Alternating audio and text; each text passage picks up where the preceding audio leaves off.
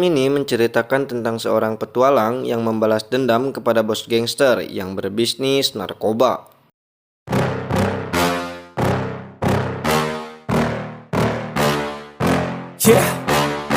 Di awal film, Bo sebagai pemeran utama makan dengan rakus di warteg Indomun, langganannya. Dia dihampiri oleh seorang wanita pemilik warteg memberikan sebuah tas kepada Bo. Dari perbincangan mereka, sepertinya teman yang sudah lama tidak bertemu. Kemudian, dia pergi ke sebuah makam perempuan.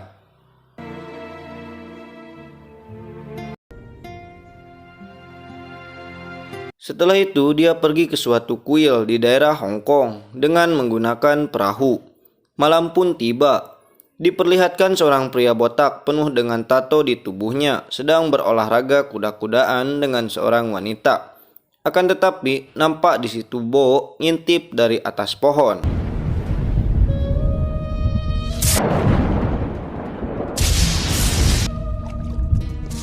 Bo menghabisi beberapa penjaga di situ dan disadari oleh si pria botak yang langsung mengambil senjatanya. Tiba-tiba saja Bo sudah berada di belakang si pria botak.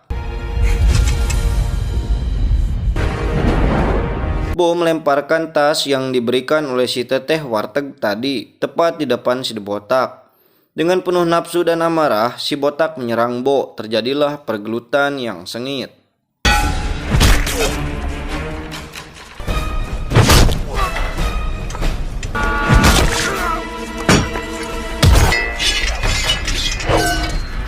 Dengan mudah, Bo menghajar si botak. Menggunakan jurus akrobat monyet loncat, kepala si botak dipelintir hingga tewas. Belum cukup di situ, Bo mengambil pedang tongkat panjang milik si botak. Kemudian, dia menebas lehernya. Scene berpindah pada kerumunan orang yang menunggu kedatangan kapal feri yang mengalami keterlambatan karena badai. Bo dari jauh memperhatikan mereka, lalu pergi lagi. Tidak lama kemudian datang satu perahu bersandar dan keluar banyak pria berpakaian serba hitam.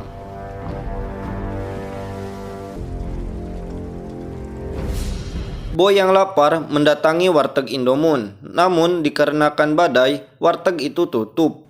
Bo melihat spanduk di pinggir warteg sambil tersenyum tipis. Dia pergi lalu melihat seorang wanita bernama Hiu yang berusaha menangkap kucingnya di atas pohon. Bo memperhatikan Hiu dan kemudian wanita bermasker wajah pakai beras itu terjatuh, lalu Bo menolongnya dengan gaya akrobat. Tanpa sengaja, Hiu merobek jaket si Bo. Bo dengan jiwa buayanya mengambil kesempatan dalam kesempitan. Dia menanyakan Jarum Kecos agar diajak ke rumah si Hiu. Dan ternyata Hiu benar mengajak Bo ke rumahnya. Sambil menjahit jaketnya, Bo mengobrol dengan Hiu. Di sini, Bo melihat foto Hiu memakai baju polisi, yang berarti dia adalah polwan. Bo mengaku sebagai pelatih bowling ketika Hiu menanyakan isi dari tas yang dia bawa. Setelah itu, Bo menanyakan warteg Indomun. Di sini, jiwa buaya betina Hiu muncul dan mengatakan dia akan mengantarnya, namun Bo harus mentraktirnya.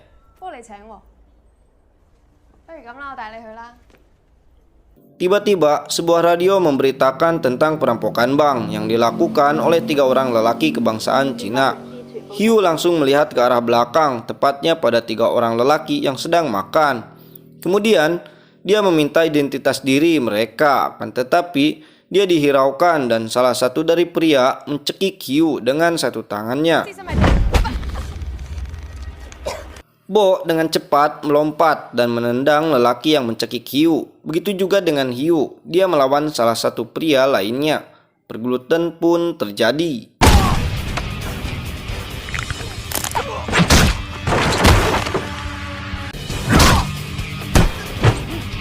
Bos dari kedua pria itu pun turun tangan setelah menghabiskan makanannya. Namun dengan mudah Bo mengalahkan sampai mie yang dia makan keluar lagi. Tidak lama kemudian si pemilik warteg Indomun loncat dan membawa 2 orang polisi.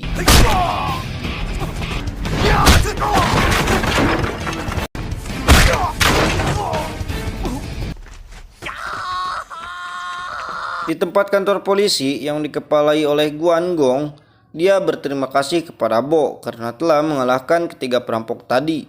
Bo juga akan diberikan penghargaan warga terbaik.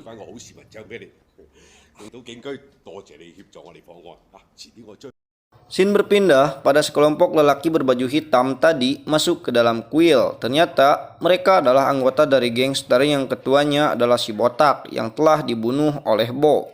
Di sana mereka mendapati para penjaga diikat dan si botak yang mereka panggil ketua Mak meninggal tanpa kepala.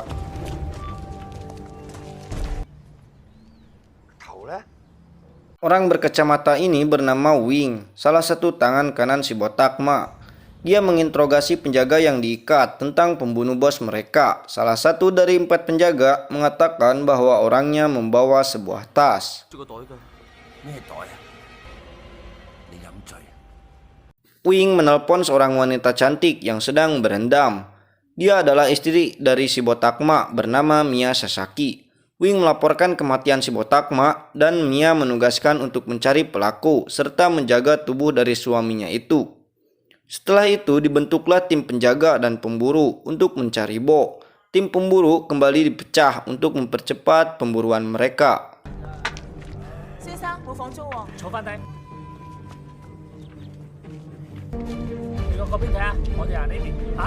Kembali ke kantor polisi yang sedang ngeteh merayakan keberhasilan Bo menangkap perampok. Akan tetapi salah satu polisi bernama Tarzan iri terhadap keberhasilan Bo.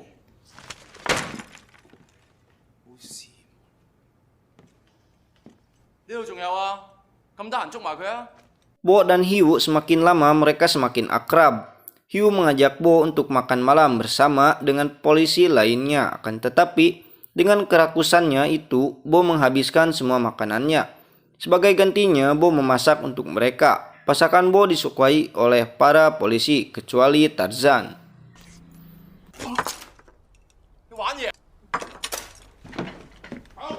Setelah makan, Guan Gong mencarikan Bo tempat sewa murah meriah pada kenalannya melalui telepon. Tidak lama kemudian, Tarzan datang membawa sebuah kue ulang tahun untuk Hiu. Di saat mencuci piring, Bo menawarkan untuk mengajari Hiu bela diri.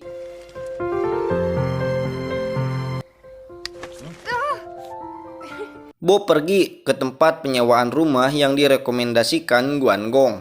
Saat di perjalanan, Wing melihat Bo dan langsung mengejarnya. Akan tetapi, Bo sudah mengetahuinya sedari awal dan berhasil mengecoh mereka.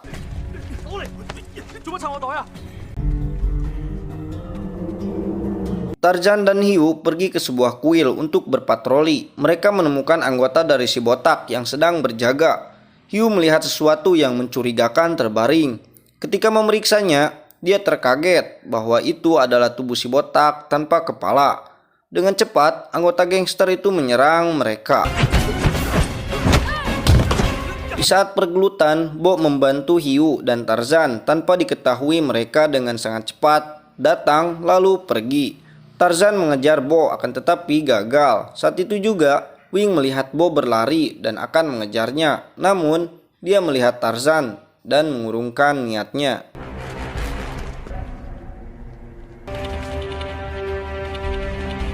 Wing melapor kepada Mia Sasaki bahwa tubuh si botak Mak dibawa oleh polisi. Dia langsung menerima tugas dari Mia Sasaki untuk merebutnya kembali.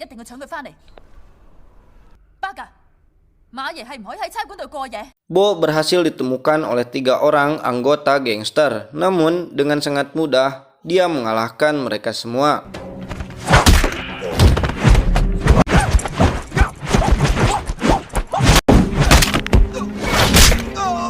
Anggota gangster datang menyerang kantor polisi, menyandra Guan Gong dan meminta tubuh si botak Mak dikembalikan. Akan tetapi, para polisi melawan dan berhasil melumpuhkan mereka.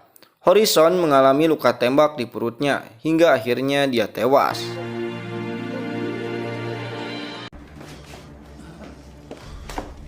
Scene berpindah di pelabuhan di mana Komisaris Yu membawa anggota polisinya untuk mengungkap pembunuhan ketua gangster si botak Mak.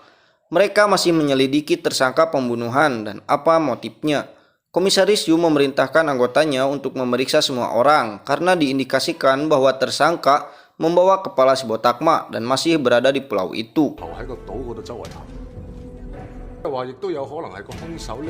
Komisaris Yu mengatakan bahwa bisnis dari si botak mak dilanjutkan oleh istrinya bernama Mia Sasaki. Kan tetapi mereka tidak bisa berbuat apa-apa karena kekurangan bukti. Tarjan yang dari awal sudah mencurigai Bo mengungkap kecurigaannya itu. Setelah mendengarkan Tarjan, Komisaris Yu memerintahkan anggotanya untuk mencari orang dengan ciri-ciri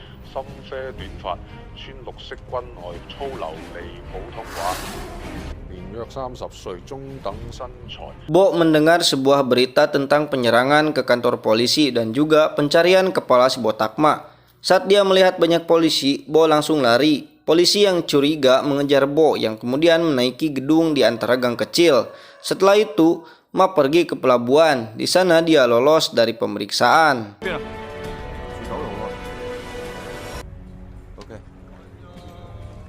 Saat Bo berjalan tidak jauh dari pemeriksaan, anggota polisi menghentikannya karena kemiripan ciri-ciri yang Komisaris Yu sebutkan. Setelah itu dengan cepat, Komisaris Yu beserta anggota lainnya termasuk Kyu datang ke pelabuhan, kemudian memerintahkan Bo untuk membuka isi tasnya. Bo menendang tasnya lalu Hiu memeriksa isi tas itu yang ternyata hanya bola bowling.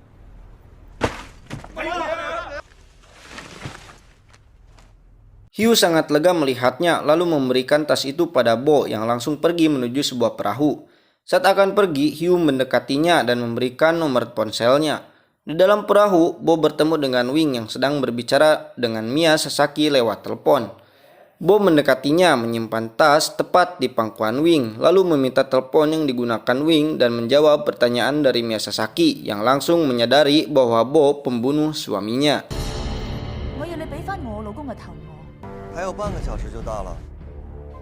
Tidak lama kemudian, Bo melihat anggota gangster datang. Saat perahu bersandar, mereka mencari Wing yang sudah terikat di sebuah toilet. Kemudian memerintahkan anggotanya untuk mencari Bo yang berjalan santuy di atas atap koridor. Saat akan menaiki taksi, Bo ditabrak yang membuat tasnya terpental dan mengeluarkan bola bowling. Ternyata di dalamnya ada kepala si botak mak yang tepat terlihat oleh dua petugas polisi. Di sini Bo berhasil kabur. Hiu menerima telepon dari Guan Gong yang menyebutkan bahwa Bo adalah pembunuh si botak mak atas temuan kedua polisi tadi. Mendengar hal itu, nampak Hiu syok.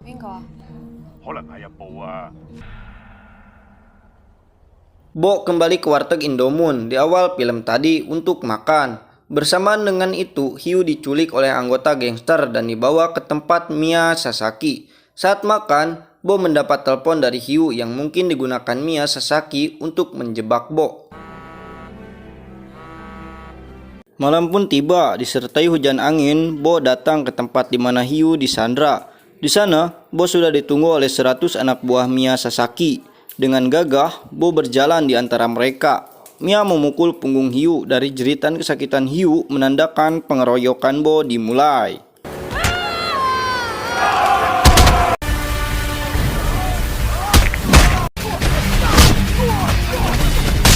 Mia kembali memukul Hiu. Bo yang mendengar teriakan Hiu sedikit lengah yang mengakibatkan Bo terjatuh. Dengan cepat dia didekati oleh anggota yang masih banyak tersisa, namun Bo berhasil bangkit dan kembali melawan. Hiu yang melihat Bo kewalahan hanya bisa menangis.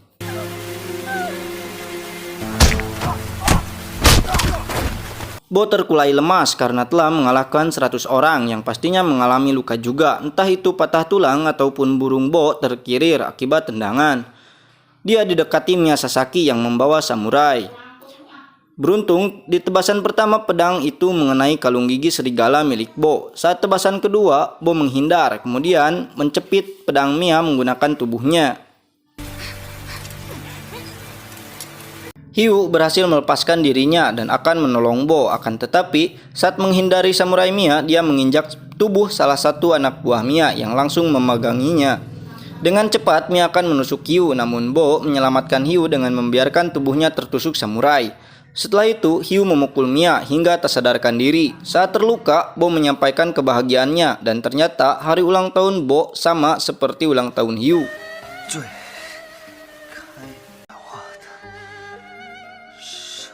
Hiu menerima informasi alasan Bo membunuh si Botakma dan diketahui setahun yang lalu si Botakma berusaha membebaskan anak buahnya di penjara. Karena negosiasi gagal, si Botakma membunuh kekasih Bo. Di akhir film nampak Bo mengunjungi makam Audrey lagi dan menyimpan tas yang berisi kepala si Botakma. Tamat, ending yang mengair matakan.